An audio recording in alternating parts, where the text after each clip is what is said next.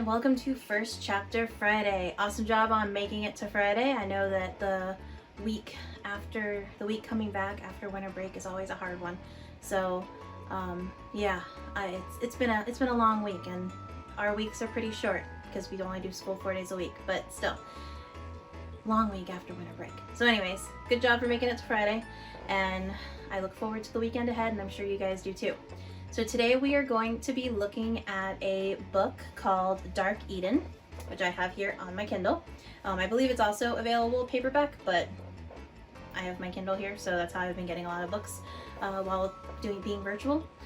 So Dark Eden is by Patrick Carman, and it is a, I believe it's a thriller horror type of book, because if you are familiar with the name Patrick Carman, you should if you're one of my students, because he is the author of 315, the scary stories to tell in the dark type of stories. We read those in October, so if you really liked the 315 stories, here's another book by him, so it'll probably be just as good and hopefully just as scary. So let's go ahead and read the first chapter. Chapter 1, Eden.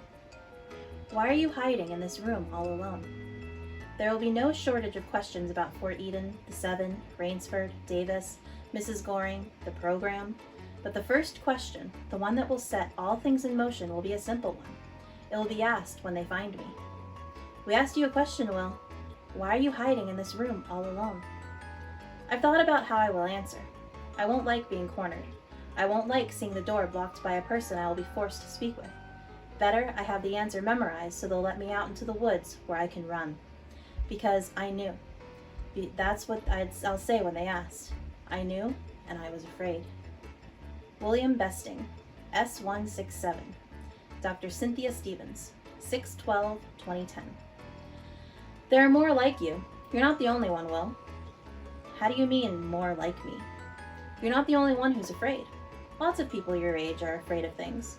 The world can feel scary when you're 15, but for some people, like you, certain things are much scarier than they should be. You know this. We've talked about it. But you don't have to be alone. There are others like you. Why are you telling me this? I was looking at my notes before you came in today. We've been meeting a long time. Too long, Will. Wait, what? Do you trust me, Will? Really trust me? I guess so, sure. Then I'll tell you the truth. I can't help you. I want to, but I can't. And there are others like you, 6 to be exact. 6 others I can't help. 6 others who are afraid like you are afraid. And there's a place I want you all to go to. You mean me and 6 people I've never met? How old are they? Same age as you. I'm not doing that. You can't make me. Your parents want you to go. I've already asked them. I think they might be growing tired of my lack of progress. 167 sessions, Will, over 2 years. Don't you see? I can't help you. But I think someone else can. Where's this place I'm not going to, and who are these people I won't be meeting when I don't get there? After that, the screen on her phone lit up, and she glanced away from me as I watched. Dr. Stevens was a tall, lean woman of about 40. She was blonde and pretty and wore smart-rimmed glasses, all of which were a constant distraction. She had a crooked front tooth, which should have marred an otherwise beautiful face, but it was disarming and natural. In my opinion, it was the thing that made the whole package, the ribbon. Excusing herself, she left the room, which was on the 3rd floor of a converted row house that she shared with 3 other counselors. She left the door a few inches ajar, and I knew when her foot touched the 4th step down because the stair creaked loudly enough for me to hear from inside the room. Far away at the bottom of the stairs, I heard the soft sound of a door closing. She'd gone outside onto the front porch to call someone, or so it seemed. The quiet hum of voices drifted in from another room like a cat purring down a dark alley, and I got up from my chair. We've been meeting for so long, it was as if Dr. Stevens was my aunt or a much older sister. Sometimes she'd eat lunch while we met. Other times she'd take a break and go to the bathroom or go to the kitchen downstairs, leaving me to rummage through her things as I waited for the sound of the 4th step on the stairs. She should have known better than to leave me alone. She shouldn't have scared me like she did.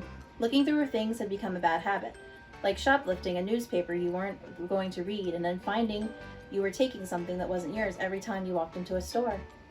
That's the way it is with secrets. They pile on top of one another until it's like a house of cards that requires a lot of work to maintain. It's been a long time since I took my first file from Dr. Stevens' office. If I was building a house of cards, I'd be on my 2nd deck by now. Looking back, there are a few sessions that stick in my memory more completely than all the others. Okay, so we'll stop there. The first chapter is a little long. So that is the first chapter of Dark Eden. If that sounds like a book you would be interested in, definitely check it out. It's by Patrick Carman. Have a wonderful weekend, and I will see you next week on Miscellaneous Monday. Bye!